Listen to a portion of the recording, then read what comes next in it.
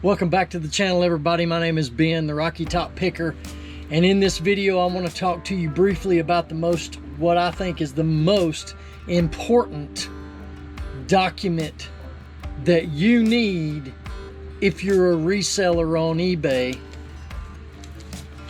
and it's this right here. Stick around, we're going to talk about that, but first we're going to look at some sales. Good to see you here. Join me, shall you? Hey everybody, thank you for joining me, and I hope that I would earn your subscription today. As I said in the intro, Rocky Top Picker, this is the Rocky Top Picker channel, where I am a full-time reseller. I buy cheap and sell high as much as I can. I shop at yard sales, garage sales, flea markets, estate sales, anywhere where I can find good deals, including Facebook Marketplace. Buy it low and resell it for a profit. We're going to jump into some sales real quick, and then we're going to get to the subject of this video. Well, today we have 8 going out for $268.64. And I want to go to the first item right now. I think this is a super nice Chicago Bears Majestic, and it's that, what do you call that? Dry lock cloth. When you sweat, it helps permeate the sweat out so you don't get soaking wet. Whatever you call it. Dry fit, I guess. It's got a nice little Bears on the back here, a nice little patch logo on the front. Picked this up in a bulk buy for vintage t-shirts. I released a video last week telling you the same bulk buy deal. Got less than 50 cents. Got this for $8. No, I'm sorry. Got 50 cents in this. Sold it. Took an offer. $8 plus shipping. Buyers all in at $14.69. Well, you know, here we are at the 1st of July. Christmas in July, as they say, right? If you got Christmas ornaments, or if you see any out at yard sales or garage sales, you need to start looking at them, especially the older ones. Get them listed now, because they do sell now. This is a box of 3 ornaments. These are from 1977, and they're the unbreakable kind, so they're plastic. Sold these $23.85 for the 3-box lot. Picked this up at a community sale for 50 cents. This is a vintage 1989 Eddie Bauer Birkeland stainless steel travel coffee mug with lid, and it's a 20-ouncer. Very nice, collectible from what I've gathered. This sold for $35 plus shipping. You've heard me say it before, and I'm going to say it again. Vintage kitchen appliances. This is a Belgium waffle maker. Picked this up at a yard sale for $2. I had to do a little cleaning on it and shine up the chrome a little bit. It still had a lot of grease residue and things in it, but I soaked it and got it cleaned up. Sold $22.45 plus shipping. Buyer all in at $37.20. These boots are made for walking. Oh, and by the way, if you want to see me perform karaoke, you can find me at the local Moose Lodge every Friday night. That's where I'm at. Anyway, off subject. I may or may not leave that in the video. Ariat boots. These are men's Ariat leather cowboy work boot style, size 8D. Got these at a yard sale for $4 for the pair. Sold $26.95 plus shipping. Rock Rover remote controlled RC car. Tested it, does not work. That is put in the listing. Make sure when you test stuff and it doesn't work, don't just throw it away or donate it. You can sell a lot of these items on eBay for parts and repair. If you've never thought of that, I hope you will start doing that. You can make a little bit of money on stuff for parts and repair. So I've had this one a while. It went on a markdown sale. I had like $1 or $2 in it because it didn't work. $13.50 plus shipping, buyers all in at $28.04. Somebody that can work on these can fix this, probably resell it and make about, I don't know, $50 to $100. I don't have time. Dun, dun, dun, dun, dun, dun.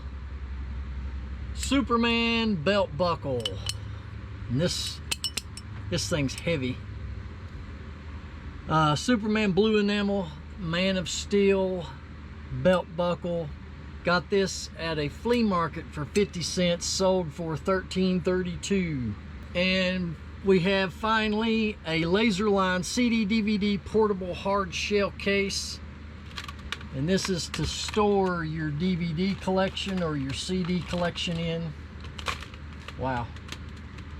Get back in there. Whoa, doggy. All right. Sold this, got this at a yard sale for $1. Sold this for $14.95 plus shipping. And now, let's talk about our subject of this video. So I don't know if many of you have experienced a buyer on eBay purchasing an item from you, and then a few days after they receive it, they say that they got the box, but it was empty. Has this ever happened to you? Well, it happened to me. Well, let me tell you something, ladies and gentlemen. You know, I'm sure many of you, and I know a lot of my good friends here in the YouTube community as resellers, when you go make your deliveries or your drop-offs to your post office of all your items, many of you just drop them in the post office and you don't stand in line and wait for them to be scanned into the system, and they give you one of these. Okay, now this is just what I do to protect myself. You know, I've been fortunate to own a lot of businesses in my lifetime, been successful at those businesses, and one thing that my father taught me a long time ago when I was a kid is, whatever you do, son, cover your butt. So here is the idea that I offer to you. If you do not wait in line at the post office to have your packages scanned into the system and be handed one of these shipping receipts, you may be doing yourself a disservice, because on this receipt it has the tracking number of every item on here. It has the city and state that item went to, and it even has, this is important right here, it even has the package weight. And every item is listed individually based on the tracking number. So why should you spend the extra time getting your packages scanned so that you could get handed one of these? Because if you think about this, guys, we all know that there's scammers out there. But how easy would it be for a buyer that comes and orders something from you, and this could be something even high dollar, say that once they got the item, they got the box, but nothing was in it. Any buyer in the world can make that claim against you or me. Any of you watching can have that claim put against you. I had it happen to me. They sent me a message. They got their package 2 days after I shipped it. They opened the box. They said nothing was in it. Well, my first instinct was, let me see, send me pictures of the box. Which they did not respond to that. They didn't send me pictures of the box.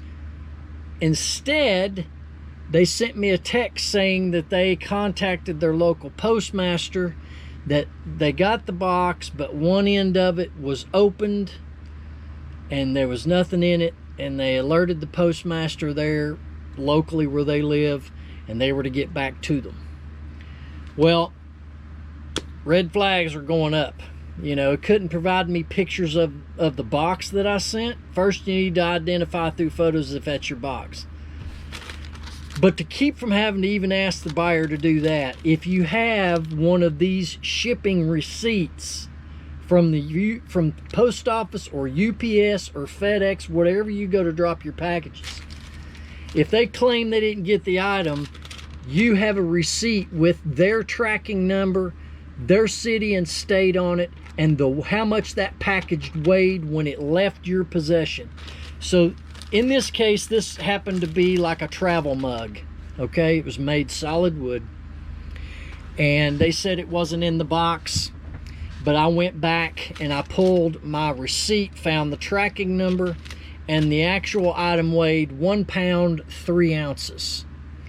And I sent this information in the messaging system on eBay back to the buyer, saying, listen, I'm sorry your item wasn't in the box. I know for a fact it was in there when I shipped it.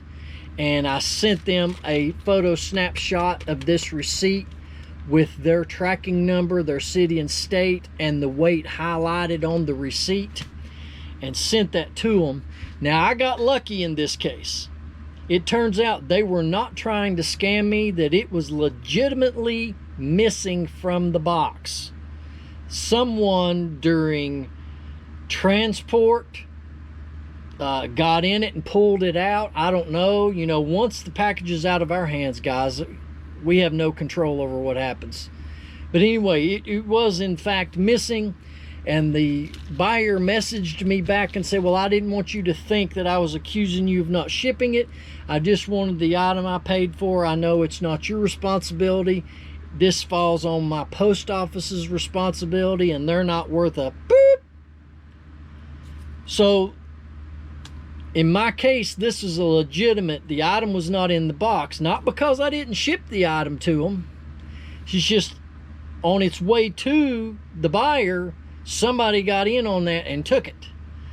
This is why it's so important to avoid any friction with your buyers. If they report you to eBay that you're shipping empty boxes, this will protect you because you have the proof of weight on this receipt. Now, will this happen for you? It may not ever happen to you. But if it does, and you do not have this, how are you going to prove to that buyer that you put that item in that box when you shipped it? This is the only proof that you would have. The only proof to your buyer. This would be the only proof you could provide eBay. This is it. Because you can put your label information, you can put your dimensions and your weight when you're printing your label and buying it from eBay, but you could still leave the item out of the box and eBay could call you out on that. But this shows delivered to and scanned into the USPS at X amount of weight. This will prove to eBay that that item was in that box when it left your possession. Well, I hope that information is helpful to you. Some of you may have not even thought of this, and some of you may be aware that that danger always exists, that a buyer can report the item is not in the box, but you do everything you can in this business to cover your hind end. That's from me to you. So if you've not started getting those receipts, I would highly suggest you start getting the post office receipts in case it happens to you.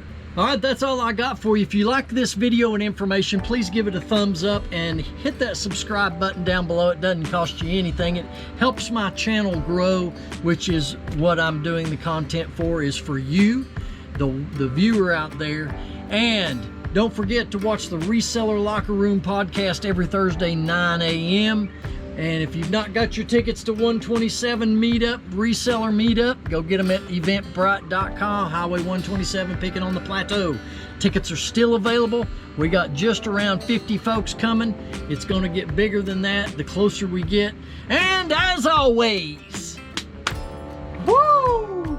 I cannot wait to see you right back here on good old Rocky Top.